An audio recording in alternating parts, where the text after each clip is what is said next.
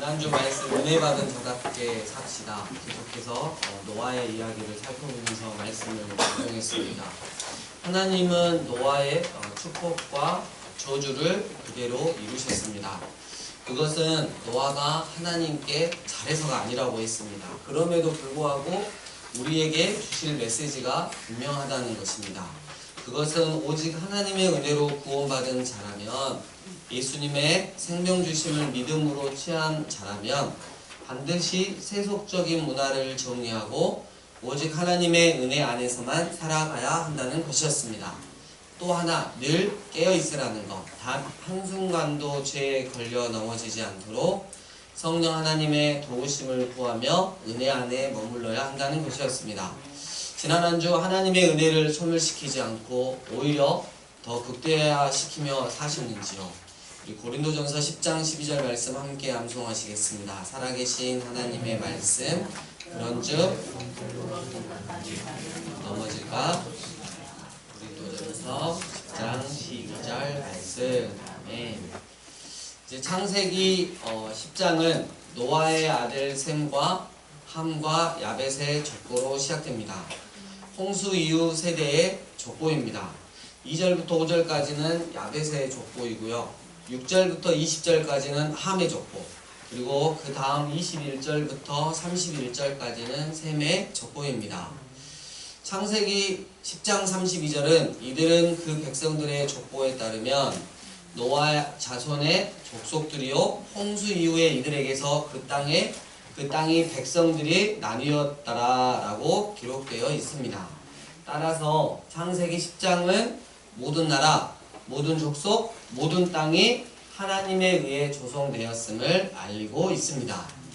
또한 인류 구속사를 추진해 가시는 하나님과 언약을 맺었던 인류의 대표자 아브라함의 뿌리와 출신 배경을 정확하게 알려줍니다. 이것은 다음 시간부터 살펴보도록 하겠습니다. 창세기 10장, 이 족보 안에 바벨탑 사건이 들어있습니다. 기록 순서로 봐서는 창세기 11장에 바벨탑 사건이 있으니 뒤에 일어난 일이라고 생각하실 수 있지만 그것이 아니라 창세기 10장의 바벨탑 사건을 클로즈업하고 있는 것입니다. 바벨탑 사건 전에는 온 땅의 언어가 하나요, 말이 하나였다고 창세기 11장 1절에서 말합니다. 그리고 창세기 10장 5절, 이들로부터 여러 나라 백성으로 나뉘어서 각기 언어와 종족과 나라대로 바닷가의 땅에 머물렀더라. 창세기 10장 20절, 이들은 함의 자손이라 각기 족속과 언어와 지방과 나라대로였더라. 이 말씀을 살펴보면 이때 언어가 나뉘었음을 알 수 있습니다. 즉 이때 바벨탑 사건이 일어났다는 것입니다. 그 바벨탑 사건 지금부터 살펴봅시다. 함의 족보에서 등장하는 니므롯이 있습니다. 우리 10장 8, 9절 함께 읽겠습니다. 8, 9절 시작. 구스가 또 니므롯을 낳았으니 그는 세상의 첫 용사라. 그가 여호와 앞에서 용감한 사냥꾼이 되었으므로 복담의 이르기를 아무는 여호와 앞에 니므롯같이 용감한 사냥꾼이로다 하더라. 겉보기에는 꼭 하나님 앞에서 은혜 받은 사람 같습니다. 그러나 용감한 사냥꾼이란 이 뜻은 강한 사냥꾼으로서 사랑 사냥꾼, 노예 사냥꾼이란 뜻도 있습니다. 여기서 말한 세상의 첫 용사란 광포한 자, 그리고 광폭한 자, 이것을 뜻합니다. 다시 말하면 폭군을 가리키는 거죠. 니므롯은 그냥 노예 사냥꾼 정도가 아니라 전제 군주로서 아무런 제한이나 구속 없이 마음껏 그 권력을 휘두를 수 있는 사람으로서 사람을 사냥하는 자였음을 뜻합니다. 우리 10절부터 12절 함께 읽겠습니다. 그의 나라는 시작. 그의 나라는 시날 땅의 바벨과 에렉과 아각과 갈레에서 시작되었으며 그가 그 땅에서 아수르로 나아가 니느웨와 르호보딜과 갈라와 및 니느웨와 갈라 사이에 베센을 건설하였으니 이는 큰 성읍이라. 니므롯의 나라는 훗날 바벨론 제국으로 이어집니다. 지금으로 말하면 이라크 나라입니다. 그만큼 영역이 넓은 것입니다. 그가 아수르로 나아가 니느웨와 르호보들과 갈라와 및 니느웨와 갈라 사이에 레센을 건설하였으니 이는 큰 성읍이라고 했습니다. 얼마나 컸는지 요나서 3장을 보십시오. 3장 3절 요나가 여호와의 말씀대로 일어나서 니느웨로 가니라. 니느웨는 사흘 동안 걸을 만큼 하나님 앞에 큰 성읍이더라. 고고학적 발굴에 따르면 니느웨는 둘레가 무려 96km에 달하는 큰 성읍이었습니다. 동쪽에서 서쪽까지 직경이 30km에 1500개의 탑이 있고 성벽 위로 마차가 지나다닐 정도였습니다. 굉장히 큰 성읍이었습니다. 니무롯은 반역자라는 뜻입니다. 어떤 인물인지 짐작이 될 것입니다. 사람들을 주무를 수 있는 힘을 가진 절대적인 힘을 가진 폭군이었습니다. 그의 나라는 인본주의, 즉 하나님이 아닌 오직 내 중심의 나라였습니다. 하나님 뜻에 반하는 나라였다는 뜻입니다. 니무롯, 그의 나라는 시날 땅의 바벨과 에렉과 압갓과 갈레에서 시작되었다고 했습니다. 여러분, 성경은 우리가 거부할 수 없을 정도로 이렇게까지 정확하게 장소를 기록하고 있습니다. 창세기 11장에도 시날이 등장합니다. 창세기 11장 2절 이에 그들이 동방으로 옮기다가 시날 평지를 만나 거기 거류하며 바로 이 시날의 바벨탑이 들어섭니다. 결국 바벨탑을 쌓은 나라는 니무롯의 나라인 셈입니다. 니무롯이 바벨탑을 쌓는 주축이 된 것입니다. 강한 힘과 능력이 있으니까 사람들을 모아서 바벨탑을 쌓고 이름을 내자고 주장할 수 있었던 것입니다. 쉽게 말해서 바벨탑이 세워진 시기는 함의 족보 가운데 니무롯이 살던 시대였다는 것을 알 수 있습니다. 하나님의 뜻에 반역한 인본주의 나라, 강한 힘과 능력이 있는 나라, 힘으로 하나님께 대항하고 대적하는 나라가 바로 니무롯의 나라였던 것입니다. 바벨탑 공사를 주도한 사람 니무롯, 노아의 장자권인 셈의 성들을 점령하고 지배한 함의 자손 니무롯, 이것은 곧 하나님과의 관계를 연결하는 제사, 즉 예배를 없애고 전쟁과 무력에 의한 통치를 시작했다는 것을 의미합니다. 니무롯은 자신의 권력을 강화시키기 위하여 에스겔서 8장을 참고하면 자신을 태양신으로 하고 아내 세미라비스를 여신으로 숭배하게 하였습니다. 우상 숭배의 시조가 바로 여기 있습니다. 니무롯입니다. 니무롯이 죽고 난 후 불륜의 관계에서 태어난 아들 담무스를 사생아라고 하지 않고 니무롯이 환생한 인물이라고 선포하고 있습니다. 그리고 세미라미스는 자기 아들인 담무스와 결혼까지 하여 많은 악을 행하고 가증스러운 일과 음란한 일을 일삼았습니다. 바벨탑 사건에서 가장 중요한 것은 언어가 하나였다는 사실입니다. 나중에 하나님이 오셔서 흩기 전까지는 언어가 하나요, 말이 하나였습니다.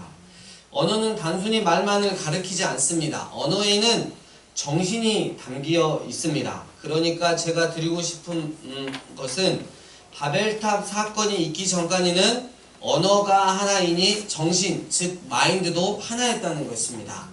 창세기 11장 1절 온 땅의 언어가 하나요, 말이 하나였더라. 이때 사람들은 죄의 마인드로 가득 차 있었습니다. 하나님을 떠나서 자기의 이름을 내고자 하는 마인드입니다. 이름을 내고 흩어짐을 면하자는 것입니다. 왜 흩어짐을 면하자는 말을 했을까요? 하나님을 떠난 자의 두려움 때문입니다. 가인이 성을 쌓아서 자기를 보호하려고 했던 것처럼 본능적으로 자신을 보호하기 위해 자기 이름을 내고 싶은 것입니다. 하나님의 이름이 아닙니다. 이것이 바벨탑입니다. 죄가 들어오면 두 가지 양상이 벌어집니다. 하나는 자기 이름을 내고자 하는 것이고 또 하나는 죄인들끼리 똘똘 뭉치는 것입니다. 흩어짐을 면하고자 자꾸만 세력화하는 현상이 있습니다. 함께하면 같은 편이지만 함께하지 않으면 왕따가 되는 것입니다. 죄는 자신을 드러내고 자기에게 협력하지 않는 자들에게 적대감을 보입니다. 이것이 죄된 양상입니다. 놀랍게도 인간들은 누구나 이 두 가지 양상을 가지고 있습니다. 우리 11장 3절, 4절 함께 읽겠습니다. 시작. 서로 말하되 자 벽돌을 만들어 견고히 붙자고 이에 벽돌로 돌을 대신하며 역청으로 진흙을 대신하고 또 말하되 자 성읍과 탑을 건설하여 그 탑 꼭대기를 하늘에 닿게 하여 우리 이름을 내고 온 지면에 흩어짐을 면하자 하였더니 벽돌들로 건축하자는 것입니다. 벽돌이 강조되는데 단단한 돌을 가리킵니다. 그리고 아주 높은 탑을 쌓기 위해 역청, 즉 천연 아스팔트를 깔았습니다. 꼭대기가 하늘에 닿게 만들어야 하니까 단단하고 높게 쌓아야 했습니다. 하나님 안에 있으면 하나님의 이름을 내고 연합하고자 하는 마음이 있습니다. 그런데 죄 가운데 있으면 자기가 우두머리가 되어 자기 이름을 내고 자기 이익이 있어야 하고 마음이 통하는 죄인들끼리 연합하고자 합니다.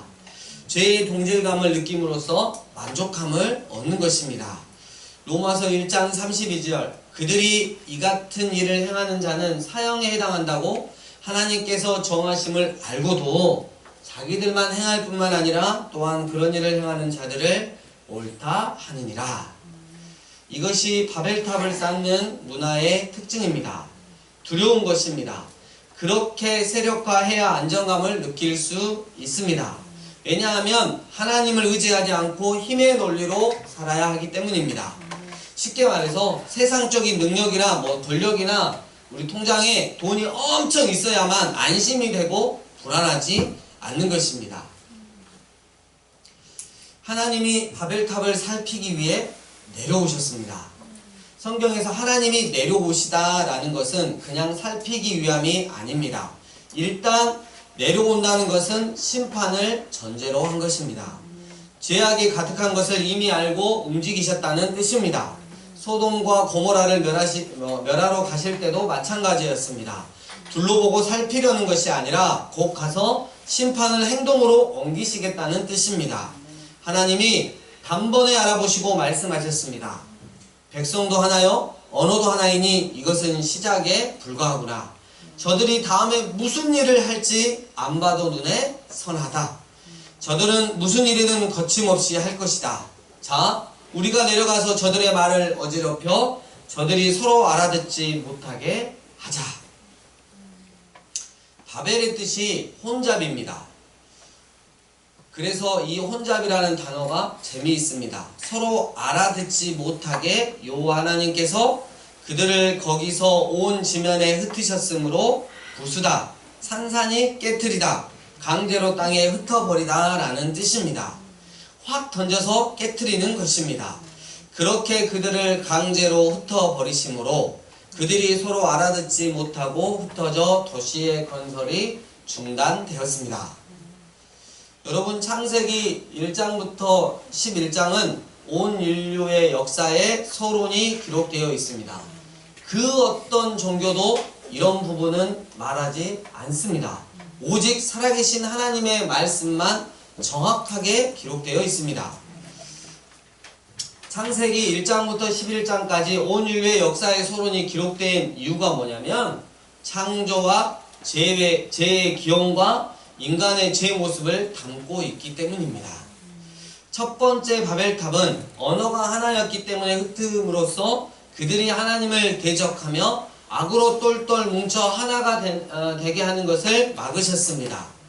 그들은 하나 되어 이름을 내려고 하다가 오히려 이름이 무너졌고 흩어짐을 면하려고 하다가 도리어 흩어지게 되었습니다. 그러나 또다시 하늘에 도전하는 두 번째 바벨탑이 세워진다면 이때가 바로 세상의 마지막 심판 때가 될 것입니다. 그들이 또다시 하나가 되면 어떤 일이 벌어질까요? 또 흩으실까요? 마지막 때가 오면 여러 가지 종말의 징조가 나타난다고 했습니다. 사람들이 강팍해지고 천재지변과 지진이 있고 전염병이 있고 징조가 있을 것이라고 했습니다. 그 징조 중에 하나가 문자적으로 보면 바로 하나가 되는 것입니다. 적 그리스도를 중심으로 하나가 되는 것입니다. 궁금한 것이 있습니다. 만약에 다시 언어가 하나가 된다면 외국어 공부 안 해도 되겠네, 이게 아니고, 만약에 다시 언어가 하나가 된다면 인간은 또 하나님을 대적하는 그 어떤 바벨탑을 쌓을까요? 그 두 번째 바벨탑을 쌓는 날이 정말이지 심판의 날이 될 것입니다. 우리에게 구원을 주시는 하나님의 능력이신 예수 그리스도만 빼고 모든 종교를 하나로 묶는 거짓 선지자와 세계를 하나로 통합하여 통치자가 되려는 니무롯과 같은 적그리스도, 그리고 그를 따르는 모든 자들, 예수 그리스도를 배교하고 그를 따르는 모든 자들은 하나님의 엄중한 심판을 받게 될 것입니다. 말씀을 정리합니다. 노아의 홍수 이후에도 모든 나라, 모든 족속, 모든 땅이 하나님에 의해 조성되었음을 알리는 창세기 10장. 그 족보 안에 바벨탑 사건이 있고 그 사건 중심에 함의 손자인 니무롯이 있습니다. 니무롯은 하나님께 반역자였습니다. 그가 세운 나라는 하나님 중심이 아닌 오직 자기 자신이 중심이 되는 하나님의 뜻에 정반대로 가는 하나님의 뜻에 반하는 나라였습니다. 니무롯은 바벨탑을 쌓았습니다. 하나님께 대항하고 대적하고 오직 자신의 힘과 능력으로 충분히 살 수 있다고 때문에 하나님과의 관계를 연결하는 예배를 없앴고 전쟁과 무력에 의한 통치를 시작했습니다. 니무롯은 자신이 하나님이라도 되는 듯 스스로를 신격화하며 자기 영광을 추구했습니다. 마치 사탄처럼 말입니다. 니무롯은 사탄으로부터 나오는 모든 우상의 시작이 되었습니다. 참 재밌는 게 있어요. 니무롯, 태양신이에요.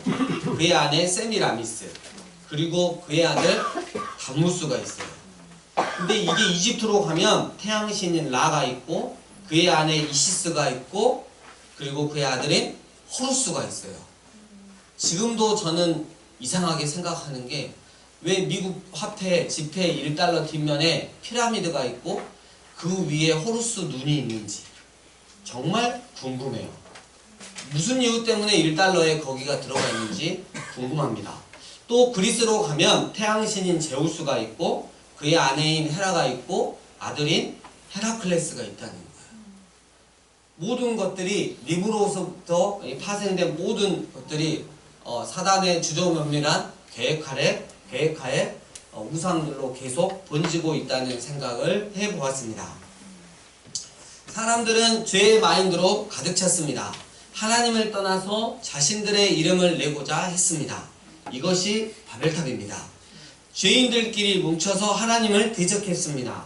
단단한 돌을 쌓고 그 사이에 천연 아스팔트를 깔아 하늘에 닿기 위해 높게 쌓아가고 있었습니다.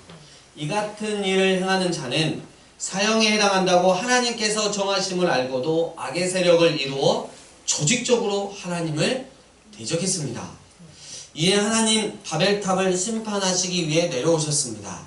그 심판의 결과로 그들의 언어는 각기 나누게 되었고 그들은 흩어지게 되었습니다. 결국 그들의 건설은 중단되었습니다. 하나님 앞에 먼지와 같은 존재이거늘 하나님 이름 대신 자신들의 이름을 내려고 했다가 오히려 그들의 이름은 무너졌고 죄로 똘똘 뭉쳐 있어 보려 했으나 도리어 흩어지게 되었습니다. 사랑하는 강주살미 예배인 교회 예배자 여러분, 우린 적어도 니무롯 정도는 아닌 것 같습니다. 하지만 종종 이 정도는 생각하고 실행에 옮깁니다. 물이 차올라도 계단만 있으면 계속 올라갈 수 있는 거 아니야? 그러니까 나를 위해 바벨탑을 쌓아놓아야지. 하나님의 은혜 언약을 믿지 못함으로 하나님을 전적으로 신뢰하지 못함으로 시작된 어리석은 생각은 곧 하나님 보시기에 교만한 행동으로 드러납니다. 안타까운 것은 우리 삶 가운데 이러한 경우가 참 많다는 것입니다. 오늘 말씀을 통해 내 마음에, 내 행동에, 나의 삶에 하나님을 신뢰하지 못하는, 나의 믿음 없음으로 쌓고 있는 바벨탑들은 어떤 것들이 있는지 생각해보고 성령님의 도우심을 구하여 그것들을 무너뜨리십시다. 하나님이 흩으시고 무너뜨리기 전에 말입니다. 나의 바벨탑을 무너뜨리는 복된 한 주, 그래서 하나님과의 신뢰가 온전히 회복되는 한 주가 되시길 주의 이름으로 축복합니다. 이 시간 주신 말씀 가지고 하나님 앞에 기도하며 나아가겠습니다. 기도하시겠습니다.